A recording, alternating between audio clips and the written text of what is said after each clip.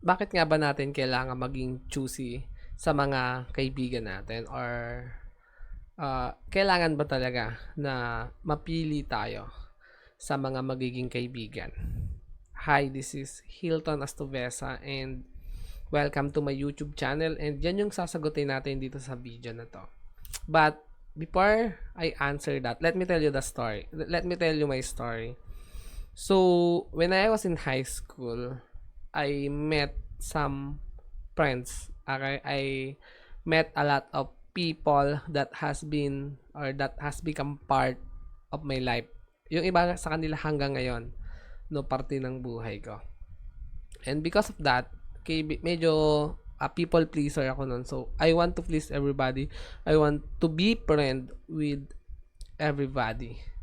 So, because of that, they influence me. Okay? Not all of them, but most of them influence me to do what they are doing para masabi na in ako. And most of that things na ginagawa namin isn't good. Okay? So, doon ako nag-start mag-cutting classes sa school ko. Doon ako nag-start na ma-addict sa computer.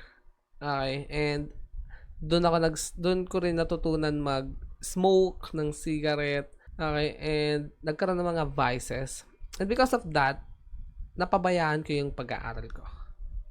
And, yan. Siyempre, dahil napabayaan ko yung pag-aaral ko, hindi ako nakapasa. Okay? I failed multiple times in high school. Because, hindi ko inasikaso, masinunod ako yung barkada, yung mga friends. And buti matyaga yung parents ko. So because matyaga sila, they still want me to graduate in high school. So by God's grace naman nakatapos naman ng high school and by college, okay, I think na yeah, I'm on my journey to get my dreams. Unfortunately, dun sa nirerent na kasi sa kabilang city yun eh. So dun sa nirerent namin na lugar, okay, may mga naging kaibigan na naman ako. Okay. And those people taught me how to use, that people really encouraged me. Doon ako nagsimula talagang maging vices ko yung marijuana.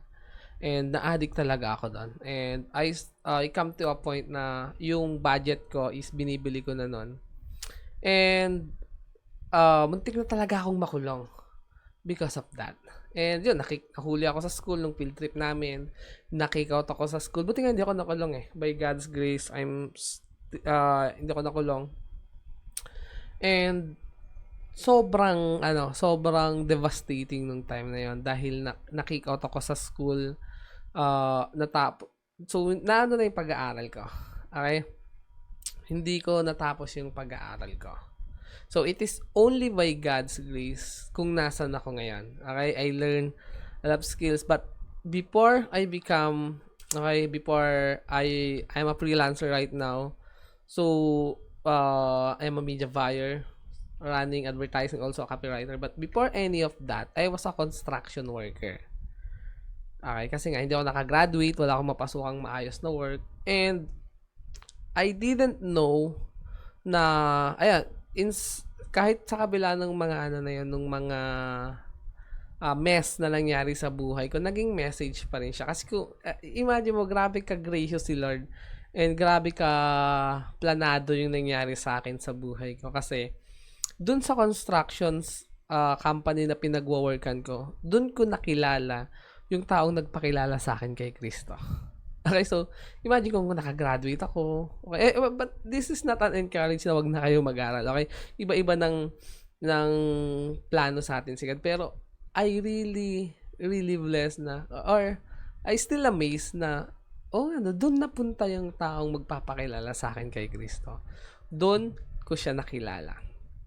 Okay? And then, what happened is, okay, so, doon, hanggang sa napunta ako dito sa point.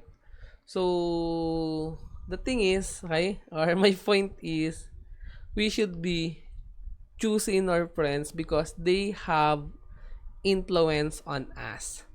Okay, because sabi nga, kung gusto mo ng maayos na buhay sa future, kailangan maayos yung decision mo ngayon.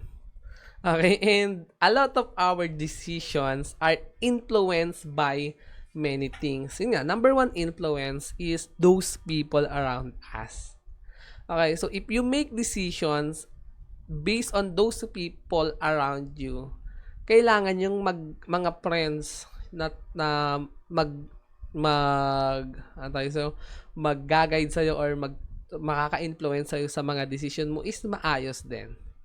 Okay, and right now, okay, every time I want to make a minor and a major decision, okay, hindi yung mga like susuotin ko, hindi yung anong kakainin ko bukas, not that decision, that simple decision, like mga major decision na saan ko gustong tumira, anong like mga minor decision, bibilin ko ba to o hindi, di ba? So how I spend my money, how I spend my time, how I spend my vacation, ganun, parang ganun.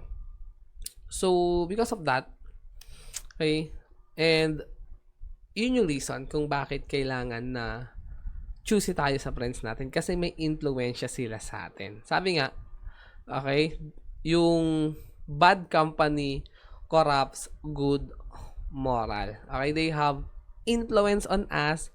So be very careful on who you let influence you. Yung mga tao na to, nakakatulong ba sila sa'yo? Nakakabuti ba ito sa'yo? And nai-influensyahan ka ba nila into something good na helpful, nakakapag-grow ka. Okay?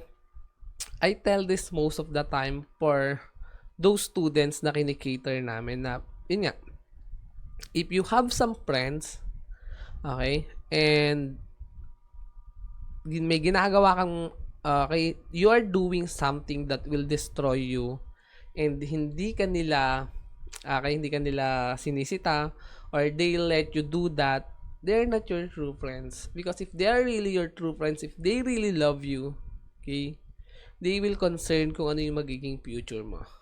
Okay, kung ano yung magiging ano mo sa buhay, magiging result ng mga ginagawa mo. That's why it is very, very important to be choosy on your friends. Remember, so yung mga decision mo sa buhay, is remember yung magandang future mo is nakadepende sa mga decision na gagawin mo ngayon.